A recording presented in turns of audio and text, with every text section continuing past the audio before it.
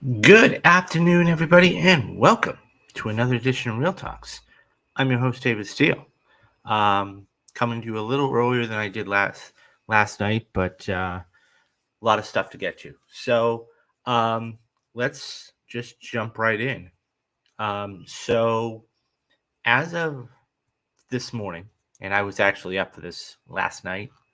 So we had two trailers that dropped, and one of them was pretty imminent. I mean, we all thought that we were going to get it sooner rather than later, and that was a Barbie trailer. And I gotta say, off the top, I, it looks fun. It looks like a good time. Um, I'm it's just not my thing. I'm gonna go see it. I'm really, really, really curious to see how it looks. But that was in the big one. So right after midnight Pacific Standard Time, and I'm in Los Angeles, and I saw it. The Spider-Man into the new Spider-Man trailer dropped. The Into the Spider-Verse, and wow, does it look good? It looks really, really good. I can't wait to see this. Um, I have to see the first one. Everybody I've spoken to is said this is in their top three of all time Spider-Man movies. Usually it's like No Way Home, Into the Spider Verse, and then the Sam Raimi ones. But this one, the animation looks out of sight. So I can't wait for that. Um, and we got a couple of big things coming up, and we're going to start with a big, big story here in a minute. But I just want to get that out of the way, and just to let everybody know. Also, I made mention at the end of the other show the other day.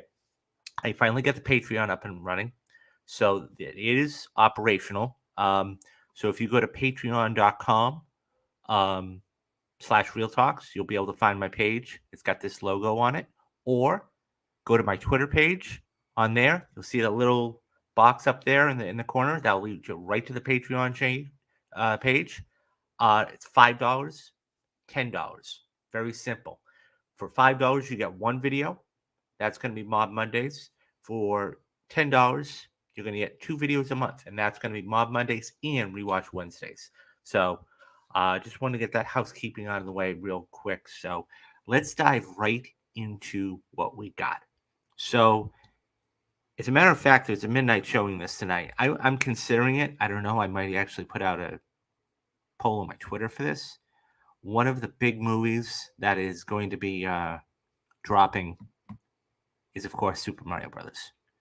And this is so anybody who's my age, I'm 47, but 25 years ago they came out with a disastrous Bob Hoskins version, and it was just horrible. But nonetheless, they've got this one. It looks like they've got this one really wound up tight, and it's going to be fantastic. It's only about 90 minutes. Um, I was listening to a space by Jeremy Fowler and Scott Mendelson this morning. Two fantastic gentlemen on the Wrap. Go follow them on Twitter. Go check out their stuff on the Wrap. They're talking about this almost making $100 to $125 million opening for 5 days, which would be huge. So this comes from the Hollywood Reporter, though, and it's basically talks about it. Expect the box office to be in full bloom this weekend. Illumination and Universal's Nintendo video game adaptation, the Super Mario Bros. Movie, has every chance of becoming the first blockbuster of 2023, if tracking is any indication. Not only is the PG pick whipping up interest among families, it is appealing to the generations of adults who grew up playing Nintendo's wildly popular Mario games, or at least who still play. The movie opens tomorrow, Wednesday, in order to take advantage of the spring holidays, and is looking for a 5-day debut of $125 million or more in North America, and well north of $200 million worldwide. And many are already predicting a robust run, um, being very front loaded. So, front loaded, though, so that is a term that means there's a lot of money up in front, and then it doesn't have the same um, income or box office after. In mid-February, Marvel's and Disney's Ant-Man and the Wasp: Quantumania debuted at $120.4 million over the four-day President's Weekend, but fell off steeply. To date, the movie's worldwide gross is a disappointing $473 million, including 212 million domestic. The Super Mario Brothers will be opening in over 4,000 cinemas across North America and 60 markets overseas. The animated comedic adventure follows Brooklyn Plumbers Mario, voiced by Chris Pratt, and Luigi, voiced by Charlie Day, as they are transported to the magical Mushroom Kingdom world and separated. The movie's voice cast also includes Keegan Michael Key, Anna Taylor-Joy, Jack Black, Seth Rogen, Fred Armisen, Kevin Michael Richardson, and the two people that actually voice Mario and Luigi will be making their cameos. So all of those for after 3 decades. The film is directed by Aaron Horthman and Michael Gent from a screenplay by Matthew Fogel. It is co-financed by Universal, parent company of Illumination and Nintendo. Universal's marketing campaign has been unrelenting since the first trailer dropped at the New York City Comic Con in October, followed by another trailer appearing in front of Avatar: The Way of Water, and we all know how that did. There's also been a number of digital initiatives generating millions of hits, while the film's 3 trailers have viewed upwards of 750 million times, according to studios. Spots for the film have appeared uh, virtually at all major sporting events, including the Super Bowl and the March Madness games. Another film on the Super Bowl that is going to be making its debut is Air, and this looks incredible. This opens tomorrow as well. This is a biographical sports marketing drama starring Matt Damon and Viola Davis, along with Ben Affleck, which chronicles Nike's early game-changing days and backed by Amazon Studios, Skydance Sports, and Mandalay Pictures. It is also the inaugural project for Affleck and Damon's Artist Equality, which is the duo's co-founded last year with Redbird Capital. Air is a historic in that it's the first movie from Amazon Studios to receive an exclusive theatrical release around the world before streaming on Prime Video, and is yet to be announced. It is also the first time Affleck has directed his longtime friend Damon. The film boasts glowing reviews and a coveted Rotten Tomatoes score of 99%. Adult dramas were hurt badly by the COVID-19 crisis and is yet to make a full recovery at the box office. One major tracking service suggests Airs will score a 5-day debut of 18 in the $18 million range, although most conservative pundits suggest 16 to 17. The film cost 70 to 80 million to produce. Now, that doesn't include marketing or anything else, and it will go straight to Prime. Overseas, where Warner Brothers International is handling distributors, Air will be opening in 59 markets overseas. Buzz has been building ever since Affleck took the film at last month's South by Southwest, and has actually debuted there.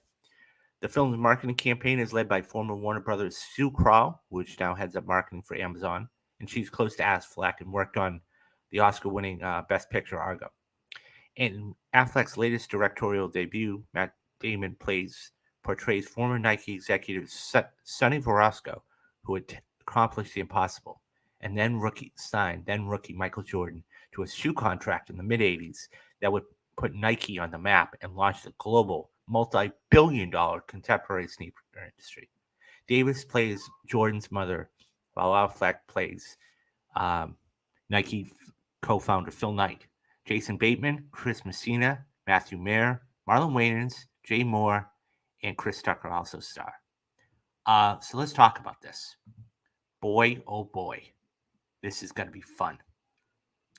I think that I love this movie. I haven't seen it, but I love this movie. I think that that is going to be fantastic.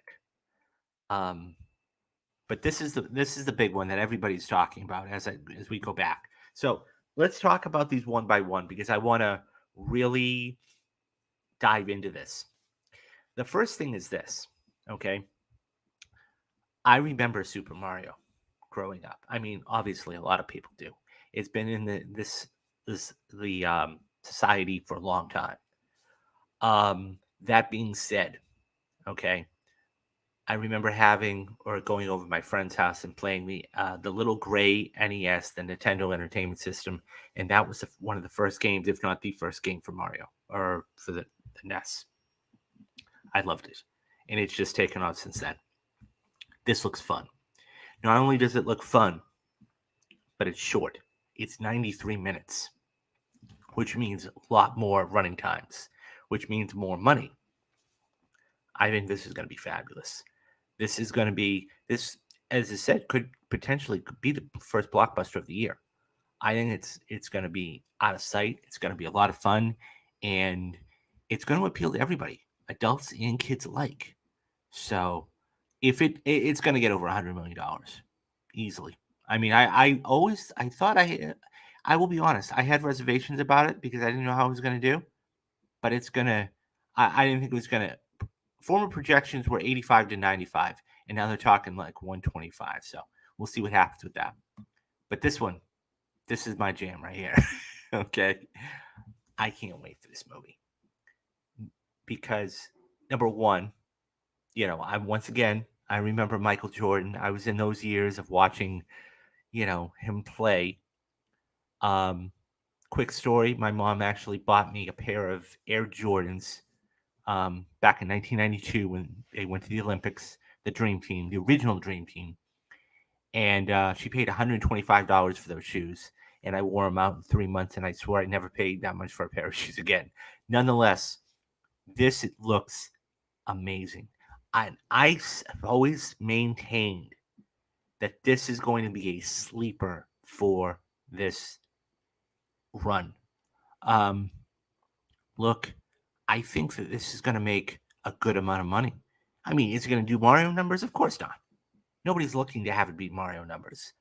But the simple fact that you have the star power and Matt Damon and Ben Affleck and a Viola Davis and a Justin Bateman and everybody else, I think it's going to be huge. I really do. And you're talking about one of the, if not the most famous person in the world, right? I mean, everybody, it doesn't matter what country you go to, whether it's Japan or United States or Canada or Brazil, everybody knows Nike. And I think this is going to be huge. And it's another reason why I think it's going to be big. It's going to be interesting to see how this film fares because the thing is that we have a lot, and I'm calling them Genesis films. That's my term. We have a lot of Genesis films coming up. Okay, we just had the origin story of Tetris come out, on Apple TV. Um, we have Air. Okay, I believe at the end of this month or early next month, probably late next this month, we're gonna get BlackBerry, which is all about the origin of where the BlackBerry came from. I think this is gonna be a great time. I can't wait to see this, and we all know how the story ends, right? So this is going to be a good time. So a little preview. There's going to be no show tomorrow, okay? Because I'm going to be doing a double feature. I'm going to be going to see Super Mario for you guys in Air, and there's going to be no show for you tomorrow. There probably will be spoiler casts, but that won't be until Friday because I want everybody to get a chance to see this. Saturday is just too late, and there's other reviews out there. So, um, yeah, I can't wait. What do you guys think? Are you excited for these movies? If so, which movies are you going to go see? Are you going to go see Air? Are you going to go see Super Mario? Are you going to go see both? Leave me your thoughts down in the comments, and I'll get back to everybody. Okay, so let's move on. And this is a different story that we're going to be starting up with. So fairly recently, in the last, I would say, 6 months, um, artificial intelligence has really become a factor, not only in everyday life because of jobs and everything else, um, but because of the whole writer strike coming up. And there was a thought that, you know, that could damage jobs. Well, this is an interesting article from the Wrap, okay? And it talks about from 2001 A Space Odyssey, which is an absolute classic, by the way, to Megan, AI themed movies were on the rise. So now, Chat GPT is, of course, something that it's artificial intelligence, and we'll get into that a little bit later on. Long chatbots may not be able to write a movie script quite yet, but the technology is capturing viewers' imaginations. Long before OpenAI unleashed ChatGPT on the world, Hollywood is exploring the implications of artificial intelligence. As chatbots moved from theoretical curiosity to viral obsession, demands for older movies that explored the power of thinking robots also exploded. According to Parrot Analytics data, which takes into account consumer research, streaming, downloads, and social media, among other things, Google Trends shows that the data, global web searches for the term chat GPT initially spiked in mid December, and it really took off in the beginning of 2023. And that's the graph there. And ultimately reached a fever pitch peaking around March 21st, the day Google released Bard, its answer to the OpenAI tool. We clearly have passed the point where people see this quirky tool as beginning to realize that something's been unleashed with a deeply transformative potential for society. As people think throughout the implications of AI serving up dinner recommendations beyond a photo placed in the refrigerator or writing a sonnet in the style of Eminem, they're turning to movies that have already imagined with a future with artificial intelligence might look like. The breakout success of Megan, of course, that was the film that came out in February, is one example. The horror movie follows an AI doll who becomes self aware with sinister consequences. It was released on January 6th. I'm sorry, it was January, not February, which proved perfect timing to ride the wave of AI induced anxiety to begin as it takes hold around the country. But this isn't. But this isn't just new content that audiences find relevant for understanding in this moment in time. Many other sci fi classics have grappled with the idea of artificial intelligence um, and what it means for humanity. These older movies saw a resurgence in demand that coincidentally spiked with the interest of GPT. The oldest of these movies, as you can see on the graph, is 2001: A Space Odyssey, and that was the one that saw the biggest surge, up 64.4% in the 4 months it was released.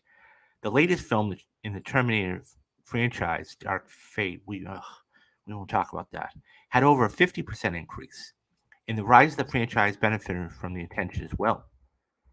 The takeaway is that audiences are hungry for content that proves an interpretive lens for current events, like the rise of artificial intelligence. We've seen new content like Megan this that meets this new phenomenal success.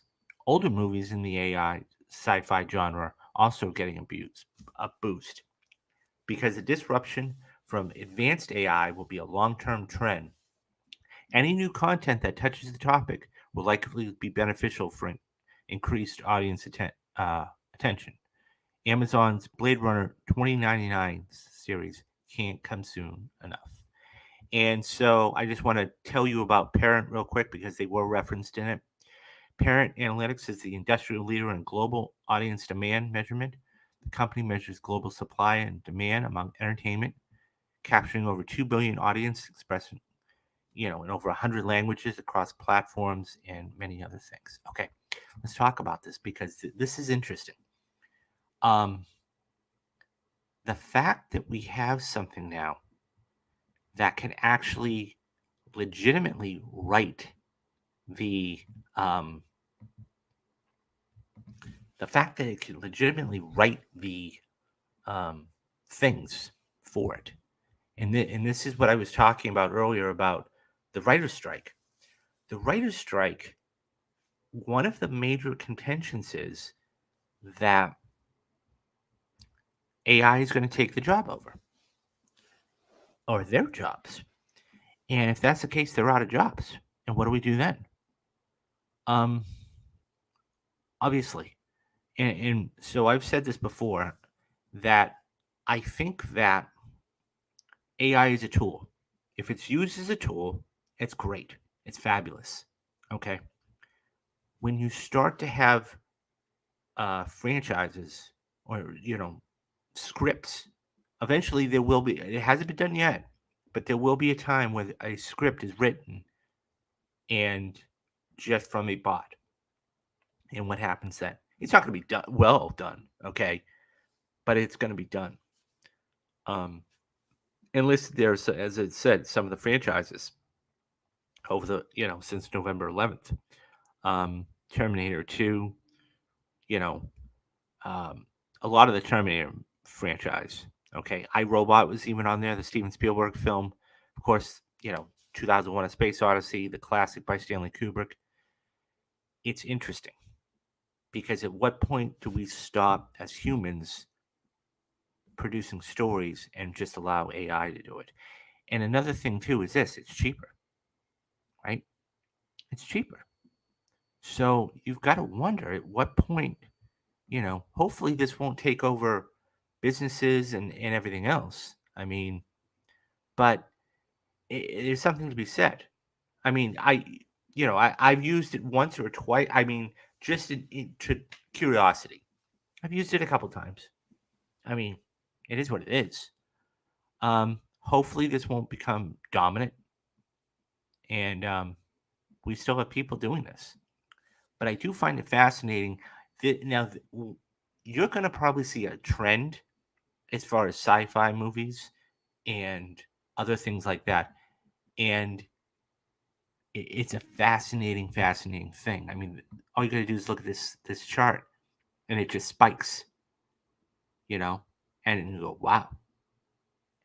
So it's going to hit its peak, and then it's going to come back down. Now you got to understand this is only over a 5-month period, so it's going to take quite a while. So I don't know. We always talk about good stories, so I hope the hope is that these won't take away anything else. Anyways, guys, what do you think about this? Have you ever used ChatGPT? Have you ever used AI for anything? You know, have you ever written anything with AI? If so, what was it? Leave me your thoughts down in the comments and I'll get back to everybody. Okay, so we move from machine to humans finally. Back to humans. Okay, this is a big story. And you may say, well, why is it? Because of what's coming up later on. So, HBO Max, I love HBO Max. I watched the whole Last of Us series on there. I've watched The Batman. I've watched several other films. And everybody knows there comes a time when films just leave. You got to scroll all the way down to the bottom of the page, and it says leaving in or leaving at August, April 15th, and they'll list the movies. So this is fascinating because there is a lot of stuff leaving HBO Max. And you say, well, why is that relevant? Because, so let me read you the article and I'll let you know. So this comes from the Wrap again. And it says over 100 popular films are leaving HBO Max at the end of the month, but luckily you'll have the whole month to stream them. This includes cinema classics like Ben-Hur, the winningest film in Oscar history, tied with Titanic and Aviator, Gene Kelly's American Paris, Cabaret the classic, Cat on a Hot Tin Roof, Citizen Kane, which is number one of any film. The AFI Institute has always rated it number one ever. Of course, um, Orson Welles made that when he was, I believe, 25 or 26. And King Kong. Popular films like The Bodyguard, Dumb and Dumber, Friday, The Fugitive, Interview with the Vampire, Menace to Society, Purple Rain, Seven, Space Jam, and Terminator 2 will stop streaming on August 30th. And many other popular franchises, including The Bourne, Expendables, and Lethal Weapon, will be leaving the scene. So, and it gives a list. So this is pretty big because here's the thing. I counted. There are 186 television and films leaving HBO Max at the end of this month. And so it's not just those. So I went through and I looked at quite a few of these. Okay, now I listed a couple for you. So, I mean, I'm just going to list off a couple others. Creed is leaving. Creed 2, which only came, was, of course, the third one just came out. Uh, The Bourne Supremacy, The Bourne Identity, all of the Expendables, um, Shawshank Redemption's leaving, I Am Legend, of course, all, they made mention of that, all the Lethal Weapons, okay, Point Break, the original with Patrick Swayze and Keanu Reeves, Poltergeist, Purple Rain, Ready Player One, which I loved from Steven Spielberg, and it goes on, as I said, goes on and on and on and on. Taxi Driver. So those are just a little nugget. 186 of that. And you go, wow, really? That's crazy. And I don't know what to think. I don't know what to think because it's like, I love these movies. Now, but I'll say one thing though. This is why physical media is so incredibly, incredibly, incredibly important. Because if you don't have it on streaming, if you don't own it, you can't watch it. So this is where I think, and HBO is Max is dumping a lot of these for a certain reason.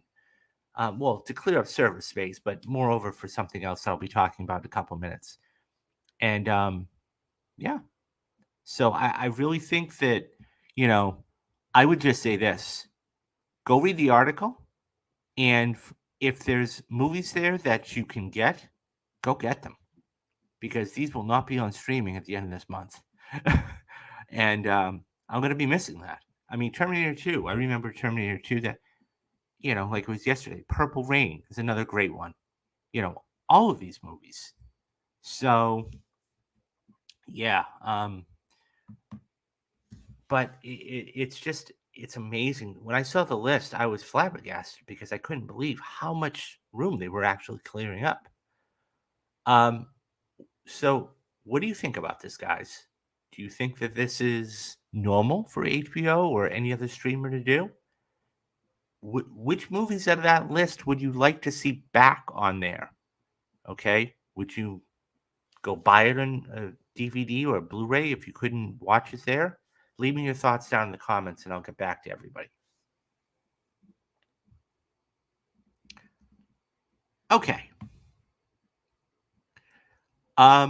So we have one last story, and Jeremy Bowser actually came in. Thank you, Jeremy, for coming in and watching. He says, all the movies you have on the screen, I'm not worried about. They've been released multiple times on DVD and Blu ray. I'm more concerned about the more recent stuff specifically made for streaming. Yeah. Yeah, I would agree with that wholeheartedly. I think that, it is interesting to me. I'll say this, Jeremy. It is interesting to me that you see movies that have come out in the past 4 or 5 years. Okay. I mean, A movie like Shawshank Redemption, I'm not worried about. Okay, and you're right. Okay, or T2 or Lethal Weapon or one of those. But it's fascinating to me how, like a Ready Player One, for example, that was only released 4 years ago, 5 years ago, and it's already gone off streaming. Creed 2, 2018. It's like, whoa. I mean, of course, the third, it's more in the light right now because of, of course, Creed 3 was just released in March.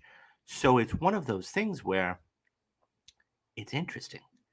So, um, yeah, I no, I tend to agree with you because there'll be re-releases and DVDs and Blu-rays and everything else, and you'll be able to get those in no time. So, but speaking of HBO Max, and that's the big thing, um, we have one of the biggest franchises.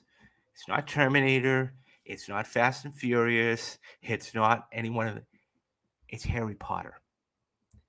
Harry Potter is one of those franchises that back when this first began, it was. This is before the Hunger Games too, and it just took off. And I mean, the books were worldwide sellers. The first one just blew up, and so this comes from Variety, and it says that Warner Brothers is looking to close the deal for Harry Potter HBO Max series. Now, I know what I was just saying about everything being dumped. Um, I think they want to. Let me, before I begin the article, I want to say this much. I think they're actually trying to get rid of a lot of this stuff so that they actually will go watch this if and when it ever gets. Now, mind you, this is just an announcement. Let's not read too much into this, okay? They're looking into this right now, okay? But let's be honest. If they're going to make and produce a Harry Potter series, okay, they want this to be in the forefront. They want this to be not plastered, but they want people to see this just like The Last of Us. Okay, this is just like The Last of Us, except this is a movie franchise, and The Last of Us was a video game franchise. So let me, as I said, this is from Variety. Warner Brothers Discovery is looking to close a deal to produce a Harry Potter television series. According to Bloomberg, which was first to report the news of developing talks, the project would be directly based on J.K. Rowling's best-selling books series, rather than an in-universe spin-off such as the Fantastic Beasts films. Each season would reportedly draw from one of the books, suggesting an ongoing franchise that would stretch for years in the studio. An HBO Max spokesman denied comment. Under the deal, Rowling would maintain a degree of creative involvement with the series, though she would not serve as the primary creator or showrunner. Sources close to the situation suggest that talks between Warner Brothers Discovery and Rowling's camps remain in a preliminary state. And this is why I said, let's not read too much into this. This is just the barely, putting the ideas out there. The studio is looking to house the series under its streaming banner HBO Max, soon to be combining with Discovery Plus and rebranded under a new name. Warner Brothers has long pursued a Harry Potter television series, with rumblings about the project emerging in January 2021, predating Warner Media's acquisition of Discovery in 2022. News of the developing deal comes as Warner Brothers Discovery prepares to host an April 12th presentation for investors and the general public. The event will preview the integration of HBO Max and Discovery Plus, as well as the company's upcoming slate for streaming content. And it's interesting to note that Disney just had their earnings the other day, and they announced many different things on there, including one a Disney, several different series and shows. Warner Brothers had previously adapted each book into Rowling's Harry Potter series into a blockbuster feature, beginning with Harry Potter and the Philosopher's Stone in 2001. My God, really? It was 21 years ago. 22 years ago, and concluding with Harry and the Deathly Hallows Part 2 in 2011. The eight films generated more than $7.7 billion at the global box office and popularized the quote Potter brand even further.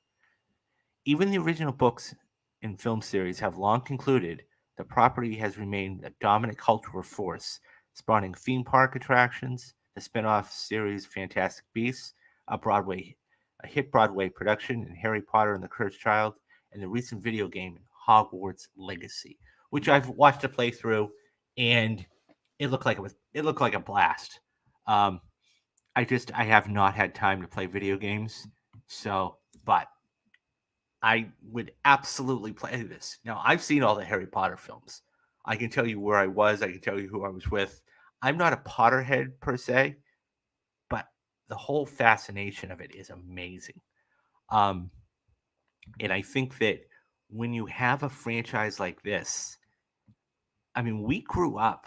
I mean, my age and everybody, we saw Daniel Radcliffe grow up before our eyes. And Emma Watson and everybody else, and it's just like, my goodness. And to see the culmination of 10 years later, you go, wow. And now that they're going to bring it back for another generation. And I was having a conversation with somebody the other day, and because we were having a conversation about remake movies, and it's always good to have an original. I did something years ago called Remakes, Reboots, and Sequels, the three things that drive Hollywood, because this is IP, and this is a huge IP.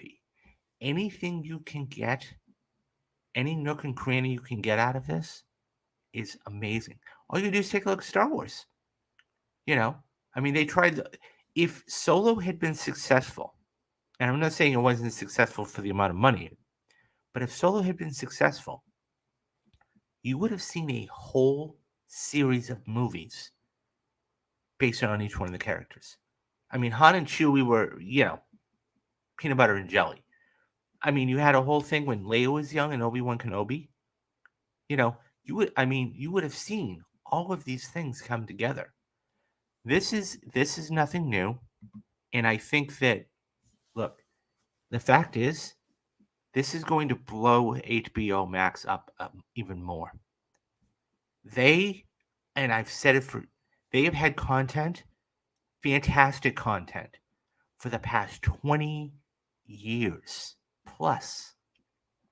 Whether it's The Sopranos, whether it's The Wire, whether it's The Last of Us, whether it's, Succession, whatever it is. Harry Potter, having the rights to that. This is going to blow up HBO Max. House of the Dragon, Game of Thrones. I mean, it goes on and on and on. I'm interested. I'm intrigued. I'll be honest with you. I'm intrigued because I think that if it's done well, and that's the caveat, I've always said it's about story. If it's done well, I think that it could be good. I do. And I'm all for story, and I'm all for making things right. And this is why we have to kind of worry about. Imagine for a minute, just imagine for a minute, you had a bot writing a Harry Potter story. You couldn't do it. You could, but it wouldn't have the same gusto, wherewithal. It wouldn't have the same magic, literally and figuratively. So I think that it's worth, you know, um, it's worth having writers. I mean, we need writers to every single person out there, whether it's watching this or will watch this or whatever, has their own story and adapting that story, and that's the important thing. Um, yeah, so I really think that this could be a huge get for HBO, and like was said in the article, this is in the preliminary talks. I don't think it's we won't hear about this again until the deal is signed and they start production. And you're probably talking 2027, 2028, maybe 2026 at the earliest. So, anyways, but yeah, that's going to be a big thing. So, anyways, that's it, guys. That's all I got today. So as I said earlier, you know, got the Patreon up. Um, two levels, $5 and $10. $5 gets you the video Mob Mondays. You'll be getting one video a month. The very first video I did many months ago was The Departed. Martin Scorsese's Oscar-winning. He won as best director. It won best picture. It won 4 Oscars. So I sit down with screenwriter Brad Rochefort, and we talk about this in depth for about an hour. So you're going to get your money's worth. And $10. $10 is going to get you both videos. Not only Mob Mondays, but Rewatch Wednesdays. Rewatch Wednesdays is the film I did first with somebody was called it's Steve Jobs, Michael Fassbender, Kate Winslet. I mean, he had no shot. Leo is going to win that Oscar all day and twice on Sunday for The Reverend. But I love the movie. Danny Boyle did a fantastic job. So go check that out.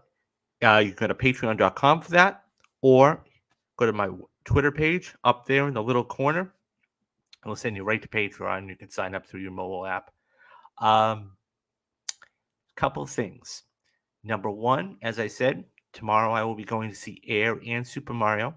So no show tomorrow. And then I probably Friday, what we'll do is we'll have a show on Thursday, and then we'll do the spoiler cast on Friday. So in lieu of not being here tomorrow, I'm going to record the movie for the Perfect Movie series, and that was The Social Network. I forgot how good that was. I've seen it, but my God.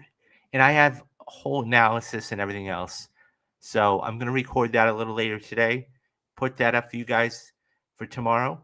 And I haven't forgotten about The Mandalorian. I know tonight The Mandalorian drops. So I've got to do this week so I can catch up. So I'm going to also record that. And that way you guys will be getting 2 videos to, kind of get you through. And then we'll be back on Thursday. I'm excited. It's interesting because I've never ever gone to the movies in the morning before. I've been the type of person that, 12:01 in the afternoon. Okay, go see a show. Never have I gone in the morning ever. So that will be fun. Yeah, and I think, that's it. What else? Yeah, that's all I got today. So coming up, so I should say, since if Jeremy is still with us, I asked him to come on. He's going to CinemaCon, and I'm so jealous of you, Jeremy. I, I applied and got denied, so it is what it is. Maybe next year, but we are going to be having him on the first week of when he gets back from CinemaCon. Um, he will be coming on, and we will be doing a blockbuster preview show, and we're going to be previewing every single movie from Guardians to Transformers to Mission Impossible to Oppenheimer and all those good things. Obviously, he can't tell us what he saw at CinemaCon. I kind of have an idea of a couple things. We know The Flash is going to be there for sure. They're going to Warner Brothers. Speaking of Warner Brothers, they're already going to preview The Flash. We know that.